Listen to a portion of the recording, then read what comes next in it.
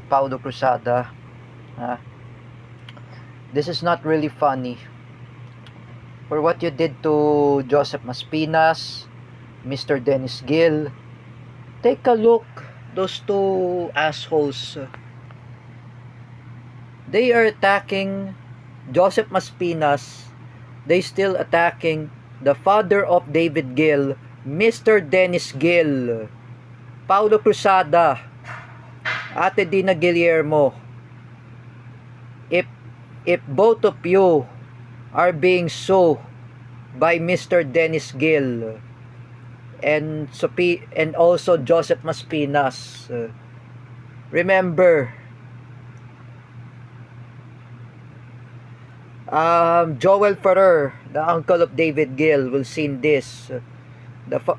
If Mr. Dennis Gill had a blotter, a police blotter against Paulo Cruzada and Ate Dina Guillermo, better be to be responsible for this maniac attack. Is this very nice to say beheaded? Is this very nice you praise that fucking ISIS? You know, I've never said about bad words. I'm just saying, can you just leave me alone? Don't add me in the group chat.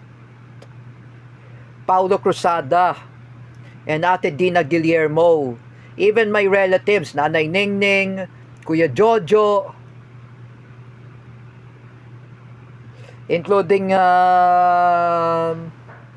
Jessica Lane, Natalie Pushkinkova, Teacher May Tiburcio, Teacher May Tiburcio, oh, and including Mr. Dennis Gill and Joseph Maspinas. Why did you still threatening to them? I just explained to you. Paulo Cruzada, ha? I just want to explain, Paulo Cruzada. Inaano ka ba kayo ni Mr. Dennis Gill at ni Joseph Maspinas? Ha? Just like I say again, Paulo Cruzada, muntik mo pa mabangga muntik mo pa na bangga ang bisikleta ni Joseph Maspinas dahil sa iyo, Paulo Cruzada. You know, I just want to say to you, when are you gonna both of you to stop attacking Joseph Maspinas and Mr. Dennis Gill, ha? And you, Paulo Cruzada, you edit the father of David Gill. And you, Ate Dina Guillermo, you edited Joseph Maspinas and Mr. Dennis Gill. What both of you are kind of saying, you edit those pictures, ha?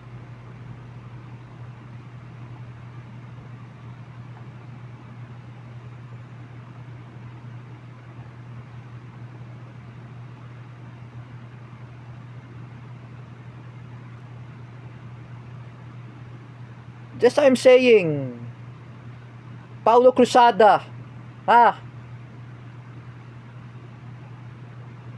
I say again, if I chat Mr. Dennis Gill, I will tell him, you need to file the police blotter against Paulo Cruzada. You and Joseph Maspinas, they will file the police blotter against Paulo Cruzada. First of all, Paulo Cruzada, after J. Rick Silva, next is Mr. Dennis Gill. What is wrong with you, Paulo Cruzada?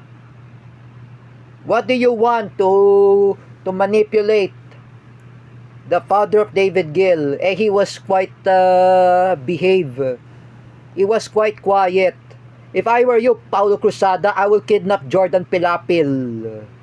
If you don't stop harassing Mr. Dennis Gill.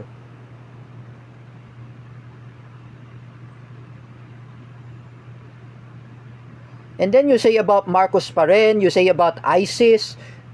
Paulo Cruzada, you don't really have to shame yourself.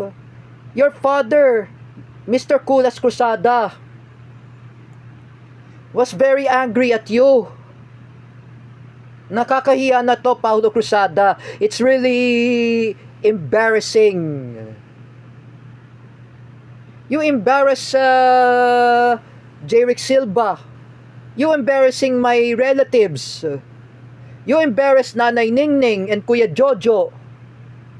Alis, if Paulo Cruzada add my cousin Ate Hana, I'm the one who will fight against you, Paulo Cruzada. Ako makakaaway mo, Paulo Cruzada.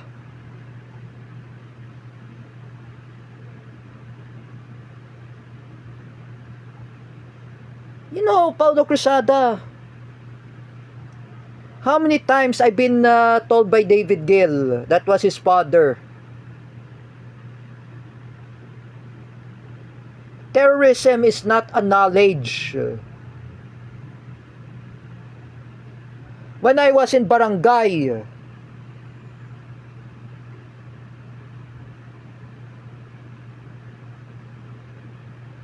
and even you're attacking Joseph Maspinas. First of all, Shania Kiana. Next is Teacher May Tiburcio. Third is Nanay Ningning, Kuya Jojo. Fourth is Jessica Lane. Fifth is Natalie Pushkinkova. After that, you attacking my friends and my relatives. Even the father of David Gill, you threatening him. I'm just saying, Paulo Cruzada. Someday, Paulo Cruzada, if Mr. Dennis Gill seen this, lagot ka, Paulo Cruzada. Wag mo ganunin si Mr. Dennis Gill. You know, his father, I'm just saying, he has a relative who's a lawyer. David Gill's uncle was a lawyer, Paulo Cruzada. Remember that, named Joel Ferrer.